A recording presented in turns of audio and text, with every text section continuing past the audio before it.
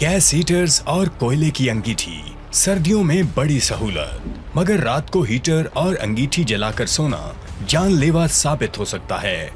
Gas और कोयले से कार्बन मोनोऑक्साइड बनती है, जो निहायत जहरीली और बेरंगो बू गैस है।